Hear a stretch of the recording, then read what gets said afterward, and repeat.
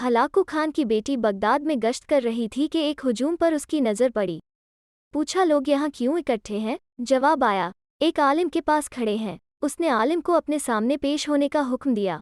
आलिम को मंगोल शहजादी के सामने ला हाजिर किया गया। शहजादी मुसलमान आलिम से सवाल करने लगी, क्या तुम लोग अल्लाह पर ईमान नहीं रखते? आलिम, यकीनन हम ईमान रखते हैं। शहजादी, क्या तुम्हारा ईमान नहीं कि अल्लाह जिसे चाहे गालिब करता है? आलिम, यकीनन हमारा इस पर ईमान है। शहजादी, तो क्या अल्लाह ने आज हमें तुम लोगों पर गालिब नहीं कर दिया है? आलिम, यकीनन कर दिया है। शहजादी, तो क्या यह इस बात की दलील नहीं कि खुदा हमें तुमसे ज्यादा चाहता है? आलिम, नहीं। शहजादी, कैसे? आलिम, तुमने कभी चरवाहे को देखा है? शहजादी, हाँ देखा है। आलिम, क्या उसके रेवड़ के पीछे चरवाहे ने अपने कुछ कुत्ते रखे होते हैं? शहजादी, रखे होते हैं। आलिम, अच्छा, तो अगर कुछ भेड़ें चरवाहे को छोड़कर किसी दूसरी तरफ को निकल खड़ी हो और चरवाहे की सुनकर किसी दूसरी तरफ को निकल खड़ी हो और चरवाहे की सुनकर वापस आने को तैयार ही ना हो तो चरवाहा क्या करता है? शहजादी, वो उनके पीछे अपने कुत्ते दौड़ाता है ताकि वो उनको वापस उसकी कमान में ले आएं।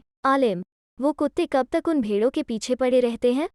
शहजादी, जब तक वो फरार रहें और चरवाहे के एक कतीदार में वापस न आ जाएं। आलिम ने कहा, तुम तातारी लोग जमीन में हम मुसलमानों के हक में खुदा के छोड़े हुए कुत्ते हैं। जब तक हम खुदा के दर से भागे रहेंगे और उसकी इताअत और उसके दीन पर नहीं आ जाएंगे, तब तक खुदा तुम्हें हमारे पीछे दौड़ाए रखेगा और हमारी गर्दन ऊपर मुसल्लत रखेगा।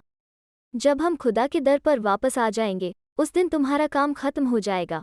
आज फिर वही हाल है, आज कुत्ते हम पर मुसल्लत हैं।